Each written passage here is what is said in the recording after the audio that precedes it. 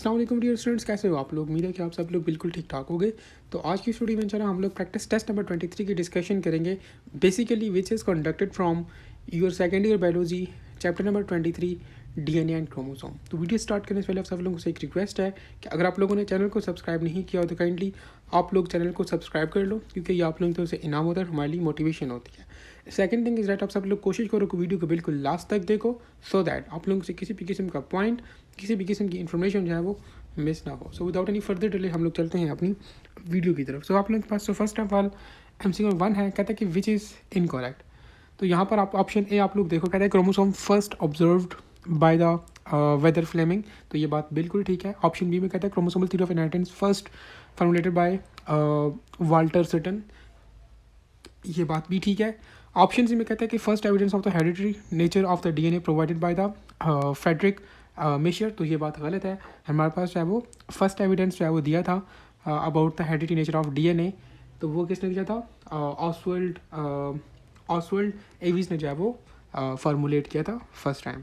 ठीक है, so option C जो है आप लोगों के पास इनकरेक्ट। ऑप्शन डी में कहते हैं sex chromosomes discovered by the Thomas Hunt Morgan. तो ये बात भी ठीक है। यहाँ पर सिर्फ और सिर्फ ऑप्शन सी गलत है कि हमारे पास first evidence of hereditary nature of the DNA provided by Frederick Miescher ने जो है वो नहीं प्रोवाइड किया था, बल्कि हमारे पास ऑसवर्ल्ड एविस ने जो है वो फर्स्टली फार्मूलेट किया था या फर्स्टली प्रोवाइड किया था। Option C is correct. MCQ number 2 में कहता है कि हमारे पास a chromosomes is made up of. हमारे पास जो क्रोमोसोम होता है उसमें हमारे पास दो क्रोमेटिड्स होते हैं, एक सेंट्रोमेयर होता है और हमारे पास जो है वो उसमें सेकेंडरी कंस्ट्रक्शन होती है। Option A is correct. Next MCQ number 3 में कहता है क्रोमोसोम्स आर कंपोज्ड ऑफ। तो हमारे पास जो क्रोमोसोम्स होते हैं इनमें 60% प्रोटीन्स होती हैं और 40% डीएनए मटेरियल होता है या डीएनए कंटेंट्स होते हैं। Option D is correct. MCQ 4 में कहता है typical human chromosomes contains dash nucleotides in DNA. हमारे पास जो टिपिकल ह्यूमन क्रोमोसोम्स होता है उसमें 150 मिलियन जो है वो न्यूक्लियोटाइड्स होते हैं डीएनए के अंदर। ऑप्शन बी है। MCQ नंबर 5 में कहता है कि histones have an abundance of the amino acids. हमारे पास जो हिस्टोन्स प्रोटीन्स होते हैं इसमें हमारे पास जो अमाइनो एसिड्स होते हैं, मोस्ट अबंडेंट अमाइनो एसिड इसमें अर्जिनिन और लाइसिन होते हैं। Option B is correct. 6 में कहते हैं torsion of the chromatin that is condensed only during the cell division. तो हमारे पास जो क्रोमेटिन होता है सिर्फ यही हमारे पास है वो कंडेंस होता है सेल डिवीजन के दौरान। Option A is correct. 7 में कहते हैं transfer the genetic material from the one cell to another that can alter the genetic makeup of the recipient cell. तो उसको हम लोग जो है वो ट्रांसडक्शन कहते हैं। Option B is correct. 8 में कहते हैं कि हु डिस्कवर्ड डीएनए। तो हमारे पास जो डीएनए था इसको जो है वो डिस्कवर्ड किया था फ्रेडरिक मेशर ने। Option C is correct. 9 में कहता है डीएनए कंटेन्स। हमारे पास जो डीएनए होता है इसमें हमारे पास एडेनिन और गुआनिन हमारे पास एज अ प्यूरिन्स होते हैं और हमारे पास थाइमिन और साइटोसिन एज अ पायरामिडीन्स है वो प्रेजेंट होते हैं। Option D is correct. 10 में कहता है इन डीएनए हमारे पास जो डीएनए होता है ना इसमें हमारे पास जो है वो ए जो है ना वो टी के साथ जो है वो बाउंड बनता है और वो डबल बाउंड होता है, और जी हमारे पास जो है वो ये सी के साथ ट्रिपल बाउंड बनाता है। मतलब एडेनिन हमारे पास थाइमिन के साथ डबल बाउंड बनाता है और गुआनिन हमारे पास जो है वो साइटोसिन के साथ ट्रिपल बाउंड बनाता है। ठीक है, सो यहाँ पर हमारे पास ऑप्शन ए और बी दोनों करेक्ट हैं। 11 में कहता है कि DNA has a helical shape with the diameter of. हमारे पास जो डीएनए है उसकी हेलिकल शेप स्ट्रक्चर होती है, ये भी आप लोगों को MCQ पूछा जा सकता है। यहाँ पर उसने डायमीटर का पूछा तो हमारे पास जो उसका डायमीटर होता है वो 2 नैनोमीटर होता है। Option C is correct. 12 में कहता है कि इन सेमी कंजर्वेटिव रिप्लिकेशन हमारे पास जो सेमी कंजर्वेटिव रेप्लिकेशन का जो प्रोसेस है, ठीक है, उसमें कहता है कि हमारे पास the sequence of the original duplex is converted after one round of the replication. ठीक है, तो आप लोगों के पास ये 3 मॉडल्स हैं डीएनए रेप्लिकेशन के। ये तीनों मॉडल्स के आप लोगों को स्टेटमेंट लाजमी पता हो, आप लोगों से वो किसी भी मॉडल की जो है वो स्टेटमेंट MCQ के अंदर पूछ सकता है। ठीक है, सो आप लोग जो है वो इस तरह के MCQs को लाजमी जो है वो देखा। नेक्स्ट MCQ 30 में कहता है true equal I replicating enzyme is. हमारे पास जो है वो डीएनए पॉलीमरेज 3 जो है वो ये true equal I replicating enzyme है। Option C is correct. 14 में कहता है the rate of DNA replication by DNA polymerase is. हमारे पास जो डीएनए पॉलीमरेज जो डीएनए रेप्लिकेशन करता है वो बेसिकली हमारे पास जो है वो 1000 न्यूक्लियोटाइड्स की जब रेप्लिकेशन करता है पर सेकंड। ठीक है, 1 सेकंड में। Option B is correct. 15 में कहते हैं replication always proceeds in the direction of. तो हमारे पास जो रेप्लिकेशन होती है ये 5 प्राइम से 3 प्राइम एंड तक जो है वो होती है, प्रोसीड होती है। Option B is correct. 16 में कहता है कि विच स्टेटमेंट इज करेक्ट। तो हमारे पास जो है वो जो लैगिंग स्ट्रैंड होता है ना बेसिकली इट इज़ कंस्ट्रक्टेड डिसकॉन्टिन्यूसली, ठीक है। हमारे पास इनमें हमारे पास सिर्फ और सिर्फ ऑप्शन सी जो है वो करेक्ट है, बाकी जो ऑप्शन ए और बी हैं ये इनकरेक्ट। आप लोग इसको करेक्ट खुद करोगे, ठीक है, ये आप लोगों का टास्क है। 17 में कहते हैं the length of the Okazaki fragments in eukaryotes. हमारे पास यूकैरियोट्स में जो ओकाजाकी फ्रेगमेंट्स हैं उनकी जो लेंथ है वो 100 to 200 न्यूक्लियोटाइड्स है। अब यहाँ पर आप लोगों से मेरा ये क्वेश्चन था, आप लोग मुझे प्रोकैरियोट्स में बताओ कि वहाँ पर ओकाजाकी फ्रेगमेंट्स की लेंथ कितनी है। 18 में कहते हैं कि इन एल्कोपोटेरिया हमारे पास जो है वो जो पेशेंट्स होता है ना उसकी यूरिन में हमारे पास जो है वो हीमोजेनेटिक एसिड होता है और उसकी जो यूरिन कलरेशन होती है वो ब्लैक होती है, ठीक है। तो हमारे पास both option are true, both A and B, option C is correct. 19 में कहता है the sequence of the nucleotides that determine the amino acid sequence of a protein. तो उसको हम लोग जो है वो जीन कहते हैं, ठीक है। जीन हमारे पास डिटरमाइन करता है अमाइनो एसिड्स की सीक्वेंस को प्रोटीन में, option D is correct. Next MCQ number 20 में कहता है सेंट्रल डोगमा इज। हमारे पास जो सेंट्रल डोगमा होता है basically it is the mechanism of reading and expressing of the genes. आप लोग ट्रांसलेशन ट्रांसक्रिप्शन का जो प्रोसेस पढ़ते हो उसको हम लोग ओवरऑल कोलेक्टिवली सेंट्रल डोगमा कहते हैं, ठीक है। तो उसको हम लोग लिख सकते हैं कि it is the basic mechanism of reading and expressing the genes, ठीक है, ऑप्शन बी इज करेक्ट। 21 में कहता है इन प्रोकैरियोट्स देयर आर। तो हमारे पास जो प्रोकैरियोट्स होते हैं उसमें हमारे पास जो है वो 3 टाइप्स ऑफ DNA पॉलीमरेज होते हैं और हमारे पास RNA पॉलीमरेज सिर्फ और सिर्फ एक टाइप का होता है, ठीक है। सो हमारे पास ऑप्शन ए और बी दोनों करेक्ट हैं, ऑप्शन डी इज करेक्ट। 20 में कहता है human cells contain dash different kinds of transfer RNA nucleotides. हमारे पास ह्यूमन सेल्स में हमारे पास जो है वो राउंड अबाउट 45 जो है वो डिफरेंट काइंड्स प्रेजेंट होती हैं ट्रांसफर RNAs की, ऑप्शन सी इज करेक्ट। 23 में कहता है in eukaryotes newly synthesize messenger RNA। तो हमारे पास जो यूकैरियोट्स हैं इसमें हमारे पास जो न्यूली सिंथेसाइज मैसेंजर RNA होता है ये ट्रैवल करता है large distance from the nucleus to cytoplasm और इसमें हमारे पास जो है वो कैप भी होती है एंड टेल भी होती है और ये डायरेक्टली जो है वो साइटोप्लाज्म में रिलीज़ नहीं होता, जबकि ऑप्शन बी में उसने लिखा है कि it is directly release into the cytoplasm. तो यहाँ पर सिर्फ और सिर्फ आप लोगों के पास ऑप्शन ए और सी करेक्ट है, ठीक है, ऑप्शन डी। 24 में कहते हैं कि which 3 codons are non sense codon. तो नॉन सेंस कोडॉन आप लोगों के पास जो है वो UGA है, UAG है और UAA है, ऑप्शन बी इज करेक्ट। आप लोगों से मेरा ये क्वेश्चन है कि आप लोग मुझे कमेंट्स में बताओ कि स्टॉप कोडॉन्स कौन से होते हैं या स्टार्ट कोडॉन्स बताओ, ये दोनों चीज़ें बताओ।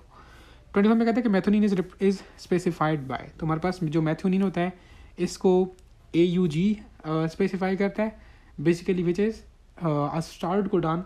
सो हम लोग कह सकते हैं कि option D is correct, both B and C, ठीक है। AUG को ही हम लोग स्टार्ट कोडॉन कहते हैं तो इसलिए हमने कहा कि दोनों ऑप्शंस ठीक हैं। 26 में कहता है in mitochondria UGA is specified as. हमारे पास माइटोकॉन्ड्रिया में UGA हमारे पास जो है वो it is specified as tryptone, option B is correct. 27 में कहते हैं 3 nucleotide sequence in the on transfer RNA that specifies an amino acid is. तो बेसिकली वो एंटीकोडॉन उसको कहते हैं, ऑप्शन बी इज करेक्ट। 28 में कहते हैं कि initiation complex in translation is composed of. हमारे पास जो ट्रांसलेशन का प्रोसेस होता है उसमें हमारे पास एक कॉम्प्लेक्स होता है जिसको हम लोग इनिशिएशन कॉम्प्लेक्स कहते हैं। अगर आप लोगों ने वो प्रोसेस पढ़ा है तो आप लोग यहाँ पे अभी वो चीज़ समझ जाओगे। उसमें हमारे पास जो इनिशिएशन कॉम्प्लेक्स होता है ना basically it is the combination of या it is composed of ribosomes and aminoacyl transfer RNA, option A is correct. 29 में कहते हैं examples of the chromosomal aberrations are.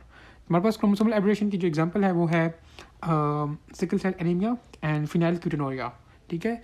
ये डिफरेंट डिजीज़ हैं, चैप्टर के आखिर में ये आप लोग लाजमी पढ़ो कि डिफरेंट कंडीशंस हैं, डिफरेंट सिंड्रोम्स हैं, ठीक है।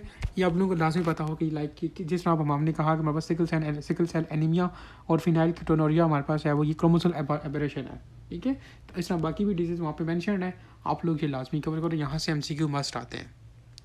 30 में कहते हैं point mutation are represented as. तो हमारे पास जो है वो हम लोग पॉइंट म्यूटेशन को रिप्रेजेंट करते हैं as alternation in the sequence of DNA nucleotides, ठीक है। तो ऑप्शन सी इज करेक्ट। 31 में कहते हैं the strand of the DNA which is not transcribed. हमारे पास जो DNA का स्ट्रैंड ट्रांसक्राइब नहीं होता तो उसको हम लोग जो है वो कोडिंग कहते हैं, ठीक है, कोडिंग स्ट्रैंड, ऑप्शन नेक्स्ट। 32 में कहता है कि phenylketonuria is due to the deficiency of. तो basically it is the deficiency of phenylalanine hydroxylase, option B is correct, ये एंजाइम है बेसिकली, ठीक है। 33 में कहते हैं molecular basis of the sickle cell anaemia was found by. तो basically हमारे पास जो है वो विंडोन लैंग्रम ने जो है वो किया था, ठीक है, molecular basis of sickle cell anaemia जो है वो उसने जो है वो दी थी, ऑप्शन सी इज करेक्ट। 34 में कहते हैं कि which is incorrect about the nucleosome. देखो हमारे पास न्यूक्लियोसोम जो होता है ना, इसमें हमारे पास 2 turns of DNA coiled around the histone. ये बात ठीक है, हमारे पास हिस्टोन के इर्द गिर्द हमारे पास जो है वो डीएनए के 2 टर्न्स होते हैं, ठीक है। ऑप्शन बी में कहता है 8 histones are acidic proteins. No, हमारे पास हिस्टोन्स जो होते हैं ना वो बेसिक प्रोटीन्स होते हैं, क्योंकि इसमें हमारे पास जो है वो बेसिक अमाइनो एसिड्स होते हैं, आर्जिनिन और ग्लाइसिन होते हैं, तो हमारे पास वो बेसिक प्रोटीन्स होते हैं, एस्टिक प्रोटीन्स नहीं होते। तो यहाँ पर हमारे पास ऑप्शन बी जो है वो इनकरेक्ट है। ऑप्शन सी में आप लोग देख सकते हैं 200 न्यूक्लियोटाइड्स इन 1 न्यूक्लियोसोम। ये बात भी ठीक है, हमारे पास एक न्यूक्लियोसोम में 200 जो है वो न्यूक्लियोटाइड्स होते हैं, लेकिन हमारे पास हिस्टोन प्रोटीन्स एसिडिक नहीं होते, बेसिक होते हैं, ठीक है। So option B is incorrect about the nucleosomes. 35 में कहता है कि sex chromosomes were first discovered in, तो उसको हमारे पास फर्स्टली जो है वो ड्रोसोफिला या फ्रूट फ्लाई में जो है वो डिस्कवर्ड किया गया था। Option C is correct. 36 में कहता है sugar can sell has dash chromosomes, तो उसमें हमारे पास जो है वो 40 पेयर्स हैं, ठीक है। तो टोटल हमारे पास जो है वो 80 क्रोमोसोम्स है वो प्रेजेंट है शुगर कैन सेल के अंदर। हमारे पास जो MCQ 37 में कहता है कि सेंट्रोमियर रिप्रेजेंट्स, तो हमारे पास जो सेंट्रोमियर होता है क्रोमोसोम्स में, ये हमारे पास प्राइमरी कॉन्स्ट्रक्शन को जो है वो रिप्रेजेंट करता है। ऑप्शन MCQ 38 में कहता है कि which of the following can kill the mice if injected separately, तो हम जिस वक्त जो है वो लाइव एस टाइप जो है वो नीमोकोकस जो है वो इंजेक्ट करते हैं माइस के अंदर, तो हमारे पास जो है वो उसकी डेथ हो जाती है। ये आप लोगों के पास एवीज और ग्रिफिथ एक्सपेरिमेंट्स हैं, ये वही एक्सपेरिमेंट्स हैं जो कि आप लोगों ने फर्स्ट ईयर में भी पढ़े थे, ठीक है। यहाँ से भी MCQs इस तरह से वो आप लोगों से पूछ सकते हैं, ठीक है। सो आप लोग इन एक्सपेरिमेंट्स को जो है वो अंडर एस्टिमेट ना करो, इनको भी जो है वो लाजमी देखो for MCQ point of view से, ठीक है। यहाँ पर हमारे पास जो है वो ऑप्शन सी इज करेक्ट। 39 में कहते हैं कि X ray diffractions pattern of the DNA was prepared by, तो बेसिकली हमारे पास जो है वो रोसलैंड फ्रैंकलिन ने जो है वो फर्स्टली प्रपोज किया था डिफ्रैक्शन पैटर्न ऑफ डीएनए, ठीक है, X-ray diffraction pattern of DNA. Option A is correct. 40 में कहते हैं कि इन सिकल सेल एनीमिया या in sickle cell haemoglobin which chain is affected, तो उसमें हमारे पास जो है वो बीटा चेन अफेक्टेड होती है, ठीक है। Option B is correct. 41 में कहते हैं chromosomes with unequal length of its arm, तो हम लोग उसको जो है वो सब मेटासेंट्रिक कहते हैं। ये आप लोगों के पास क्रोमोसोम्स की 4 टाइप्स हैं, आप लोगों की बुक में मेंशन है, आप लोग इनको लाजमी जो है वो कवर करो। ये आप लोगों के बोर्ड पॉइंट ऑफ व्यू से भी इंपॉर्टेंट है, और आप लोगों के MD कैट, ईटा, KMG कैट या इस तरह से जितने भी इंडिया टेस्ट हैं उस लिहाज से भी ये इंपॉर्टेंट है, यहाँ से मस्ट MCQ उठा जाता है। 40 में कहते हैं स्टॉप कोडान, हमारे पास जो UAG है it acts as a stop codon. Option C is correct. 43 में कहते हैं in mitochondria UGA acts to specify dash instead of stop codon, तो हमारे पास जो माइटोकॉन्ड्रिया होता है उसमें हमारे पास UGA हमारे पास जो है वो ट्रेफ्टॉन को जो है वो स्पेसिफाई करता है। ये MCQ ऑलरेडी हम लोग डिस्कस कर चुके थे, ये रिपीट हुआ है। 44 में कहता है if the amount of the adenine in DNA of the bacterial cell is 36% of the total nitrogenous bases, what will be the amount of the glutamate in the DNA of the cell in next generation. तो ये solve करना बहुत आसान है, इसको हम लोग देखते हैं कि इसको सॉल्व कैसे। अब हम लोग देखते हैं कि इसको सॉल्व किस तरह से करना है। इसके लिए फर्स्ट ऑफ ऑल आप लोगों ने स्टेटमेंट को अच्छी तरह से पढ़ लेना है और उसमें से डेटा को लाइक कर लेना है। अब हमारे पास जो गिवन है वो उसने बताया कि हमारे पास एडेनिन हमारे पास 36% है, और हम लोगों ने जो है वो ग्वानिन की वैल्यू फाइंड करनी है। अब इसके लिए आप लोगों ने जस्ट 2 चीज़ें अपने ध्यान में रखनी है। नंबर 1, हमारे पास जो है वो इन चारों जो बेस पेयर्स है ना, एडेनिन, ग्वानिन, थाइमिन, साइटोसिन, इनका सम जो है वो 100 होता है। दूसरी चीज़ जो आप लोगों ने ध्यान में रखनी है वो ये है कि हमारे पास एडेनिन जो है वो थाइमिन के साथ पेयर बनाता है, और ग्वानिन जो है हमेशा साइटोसिन के साथ पेयर बनाता है। सो दिस मीन्स दैट हम लोग यहाँ से ये चीज़ भी कंक्लूड कर सकते हैं कि अगर हमारे पास जो है वो जो भी वैल्यू एडेनिन की हुई सेम वैल्यू हमारे पास थाइमिन की भी होगी, और जो वैल्यू हमारे पास ग्वानिन की होगी सेम वैल्यू साइटोसिन की भी होगी। अब यहाँ पर हमारे पास क्वेश्चन में गिवन है कि हमारे पास एडेनिन की 36% है, तो हम लोग इससे ये एस्टिमेट लगा सकते हैं कि थाइमिन की भी हमारे पास 36 ही होगी, ठीक है। सो हम लोग क्या करेंगे कि इन दोनों को हमारे पास क्या कर लेंगे कि ऐड कर लेंगे, ठीक है। ऐड करेंगे तो हमारे पास 72 आ जाएगा। अब यहाँ पर हम लोग ने 2 वैल्यूज़ फाइंड कर ली हैं, लेकिन फिर भी हमारी जो मेन वैल्यू है जो हम लोगों ने फाइंड करनी है वो ग्वानिन है। अब हम लोग क्या करेंगे कि 72 को माइनस कर लेंगे 100 में से, ठीक है। 72 को माइनस करेंगे 100 में से, क्योंकि हम लोगों ने बात की थी कि हमारे पास इन तमाम बेस पेयर्स का सम 100 के इक्वल होता है। सो हम लोग क्या करेंगे कि 72 में से जो है वो 100 में से 72 को माइनस करेंगे तो हमारे पास जो है वो 28 आ जाएगा। अब ये जो 28 हमारे पास आंसर आया ना, इसमें हमारे पास अब 2 वैल्यूज़ हैं, साइटोसिन की भी वैल्यू है और गुआनिन की भी वैल्यू है। सो हम लोग क्या करेंगे कि इस 28 को हम लोग दोबारा से 2 पे डिवाइड करेंगे तो हमारे पास 14 जो है वो वैल्यूज़ आ जाएंगी गुआनिन की भी और साइटोसिन की भी। तो आप लोग जो है वो आंखें बंद करके जो है वो गुआनिन को जो है वो 14 पे जो है वो टिक कर लेना, ठीक है, उसको मार्क कर लेना। सो ये सिंपल सा सोल्यूशन था। स्टेप वाइज बताने का मकसद जस्ट ये था कि आप लोग जो है वो इसको सीख लो। ये छोटी सी ट्रिक है, इस तरह से आप लोग जो है वो फाइंड कर सकते हो amount of adenine, thymine, guanine, cytosine. आप लोग कोई भी वैल्यू इन चारों में से कोई भी फॉलो कर सकते हो, ठीक है। फॉर एग्जांपल अगर आपको उसने स्टेटमेंट में जो है वो गुआनिन का दिया है और एडेनिन का पूछ रहा है या कोई भी दिया और कोई दूसरा पूछ रहा है तो आप लोग इजीली सेम मेथड को यूज़ करके फाइंड कर सकते हो, ठीक है। अब यहाँ पर आप लोग एक और चीज़ ये भी नोट कर लो कि हमारे पास जब अब क्वेश्चन में तो डीएनए गिवन था, लेकिन सम टाइम हमारे पास क्वेश्चन में स्टेटमेंट में आरएनए भी गिवन हो सकता है। तो फिर ये चीज़ आप लोगों को पता होना चाहिए कि हमारे पास आरएनए में कौन सा बेस पेयर होता है। यूरेसिल होता है ना थायमीन की जगह, तो आप लोग क्या करोगे, टी की जगह यू लिखोगे और बाकी सेम प्रोसेस है, ठीक है। बस आप लोगों ने इन चीज़ों का ख्याल रखना है, ठीक है। अच्छा, यहाँ पर आप लोगों के पास एक मिस्टेक है, उसको आप लोग करेक्ट कर लो। यहाँ पर ऑप्शन सी जो है वो मिस्टेकनली लिखा गया, ये ऑप्शन ए करेक्ट है, ठीक है। 14%। 45 में कहते हैं if the codon consist of the 2 nucleotides there would be how many possible codons. Just simple आप लोग क्या करो, इसके लिए एक सिंपल ट्रिक है, 2 की पावर 3, ठीक है।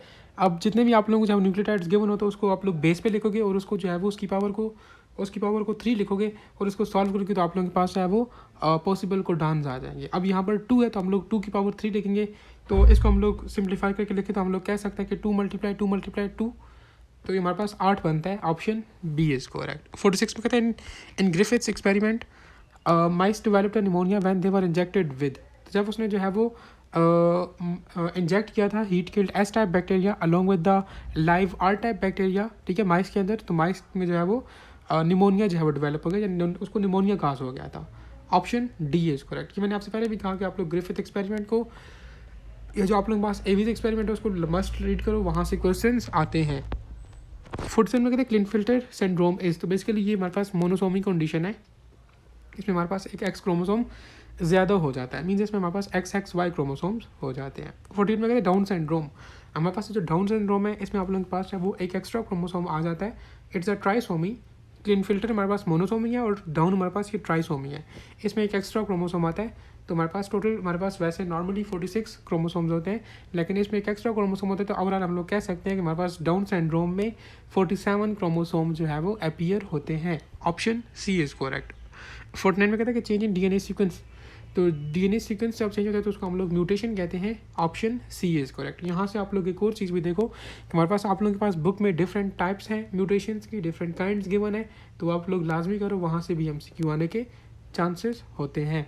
50 में कहता है कि centromere located at the ends is, तो हमारे पास जो है वो टीलोसेंट्रिक क्रोमोसोम्स में हमारे पास जो है वो सेंट्रोमेयर जो है वो एंड पर लोकेटेड होते हैं। Option C is correct. मैंने आपसे पहले भी कहा था कि क्रोमोसोम्स की 4 टाइप्स हैं, मेटासेंट्रिक, सब मेटासेंट्रिक, टीलोसेंट्रिक एंड एक्रोसेंट्रिक। ये आप लोग लाजमी देखो, ठीक है, यहाँ से क्वेश्चन आता है। ये था आप लोगों के पास जो है प्रैक्टिस टेस्ट नंबर 23। उम्मीद है कि आप लोगों ने इसमें से काफ़ी कुछ सीखा होगा। स्टिल अगर आप लोगों की क्वेश्चन वगैरह तो आप लोग कमेंट सेक्शन के अंदर पूछ सकते।